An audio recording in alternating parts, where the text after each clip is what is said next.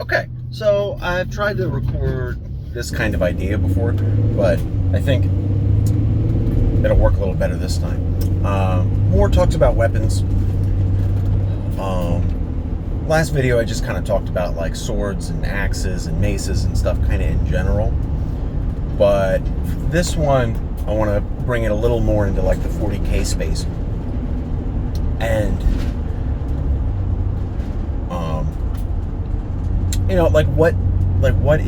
how does in reference to that, change the AC a little bit, what's the difference between a sword and an axe? Like, meaningfully. A lot of systems, like I said before, kind of don't really specify. And the weapons are they're the two different weapon types. It's like almost just a flavor choice. They kind of just do the same thing.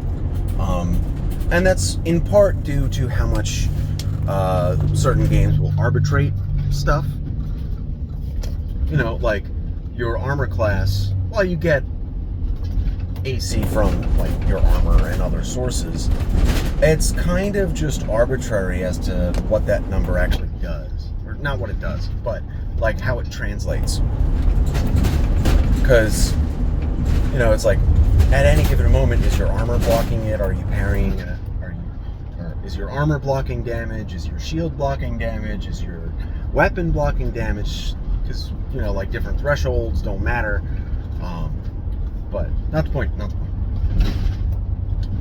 And it's like, okay, in real life, what's the difference between a sword and an axe? Well, one, axes are way easier to make. Swords are way harder to make. But swords have more things going on with them. Like, just a basic sword will have the blade, a handle, usually a pommel, and some kind of crossguard. Super basic. And just in those things, you get a few different, and then an axe is going to have like a shaft and then the axe head. And you might get some variations. Let's say the axe is also going to have a beard. That little hook at the bottom. You don't really think about it as like a hook, but that's what it's for. It's for dragging. Like, you can grab an opponent's weapon and something, grab a shield, pull it to the side. But so what do all of those little bits and bobbles on a weapon mean? Well, with a sword, you've got the crossguard right on top of your hand. You have way more protection. And not only that, your sword is pointed at your opponent. The crossguard is here, so you can more easily block incoming strikes with the crossguard. Like I said, you start to parry with your blade, and then you intercept it with the crossguard. Certain types of strikes. Like heavier strikes, that's going to be a little difficult, but you parry it to soften, to weaken their momentum, and then you can intercept it with the crossguard if you need to, but usually you're going to be knocking it completely out of the way, or at least trying to, and knocking it partially out of the way and then moving. But, this stuff there. An axe, you can't fucking do that with.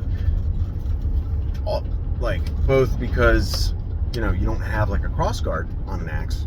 Usually, I've never seen one. But also because an axe is way more center forward.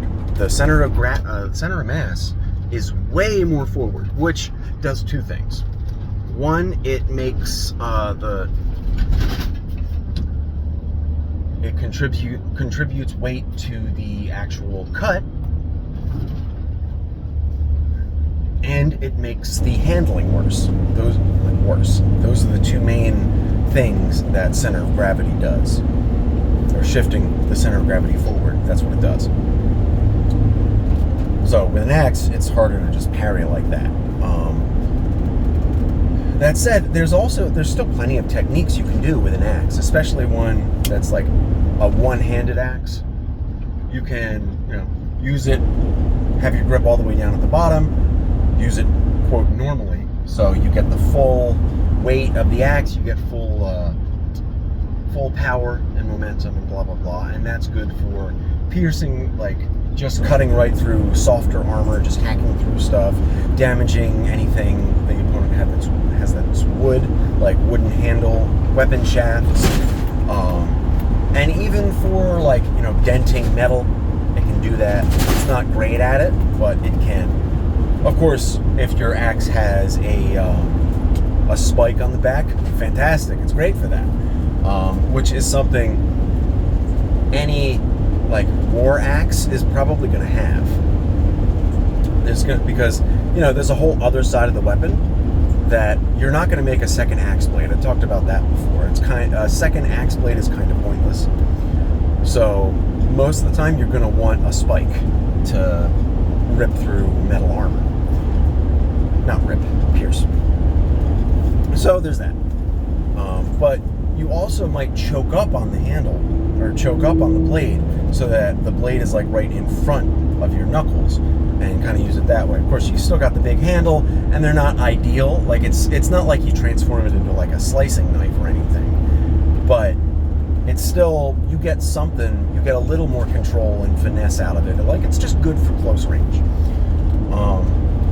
Whereas with a sword, you get just way more control. You can be more precise generally. And swords are, quote, faster because you get more control. The weight is back more towards your handle, so it's easier to maneuver.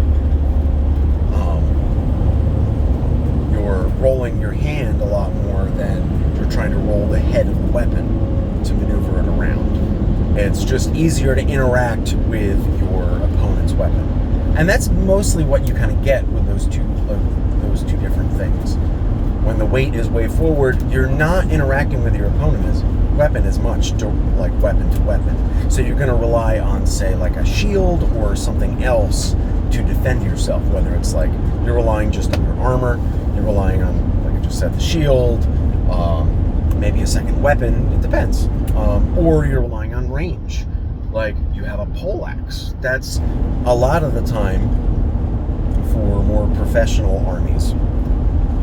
As loose as a designation or category as that is, that's something you tend to see more. You wouldn't see as many, like one-handed axes in use. If someone's going to have a one-handed weapon, they're going to have a sword.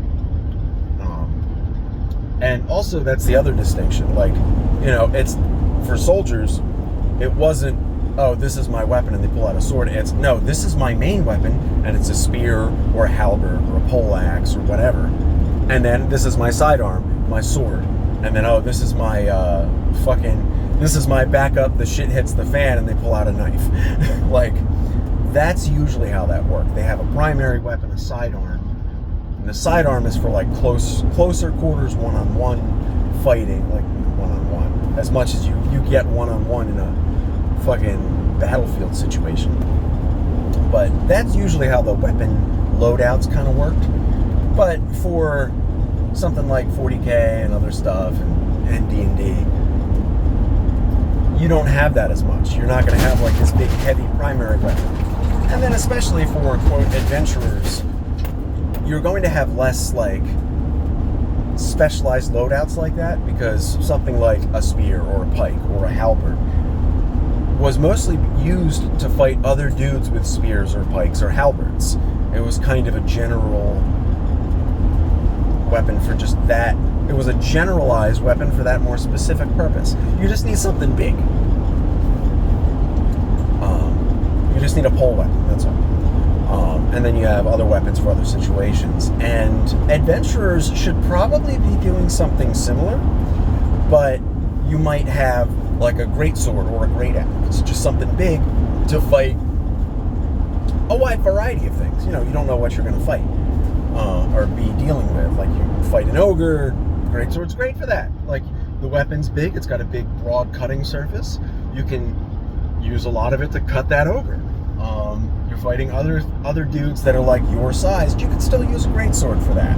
There's a lot of, I don't know if you've ever seen like actual greatsword fighting techniques, but greatswords are not slow. Like, they're not these big gut-sized fucking nonsense things where the blade cross-section is like that thick and that wide. They're like the same thickness as a regular one-handed sword. It's just longer. Sometimes they're even thinner. So there's that. But, and how would you translate all that information into a TTRPG for an axe versus a sword?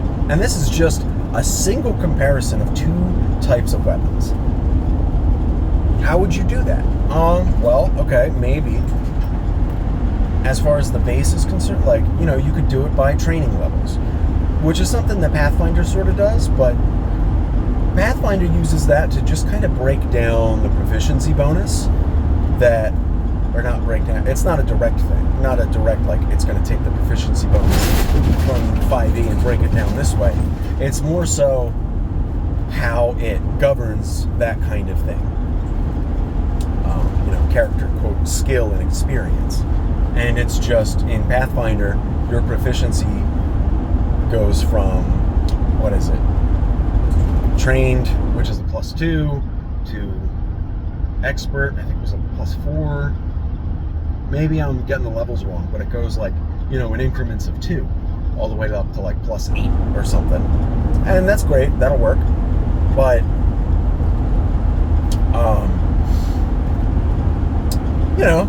it's okay.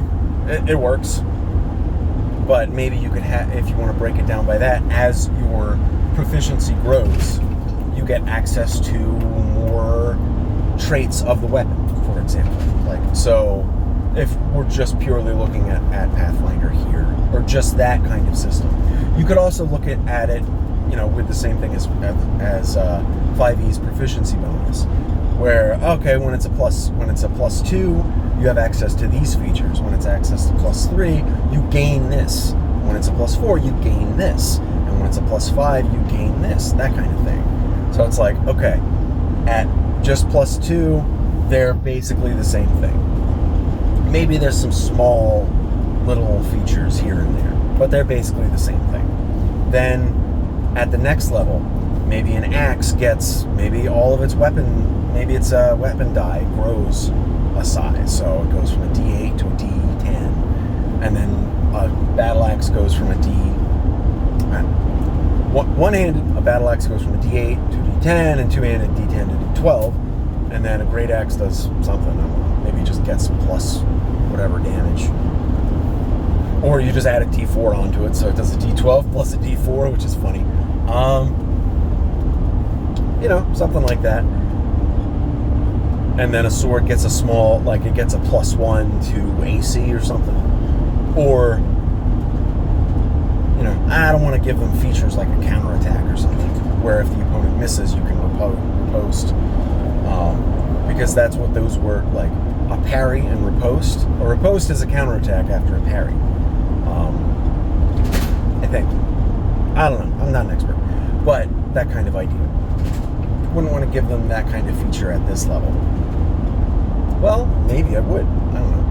But, or, something like that. So you can add little features that grow with just your character's experience, nothing to do with character class or anything like that. Just keep it tied to experience. Didn't even get to 40K stuff. I guess that'll be another video because I'm basically at work right now. But, I want to talk about the differences between, what does being a chain weapon mean? What does that mean? And I'll talk about that next video when I get some time. But that's all I really got for you today.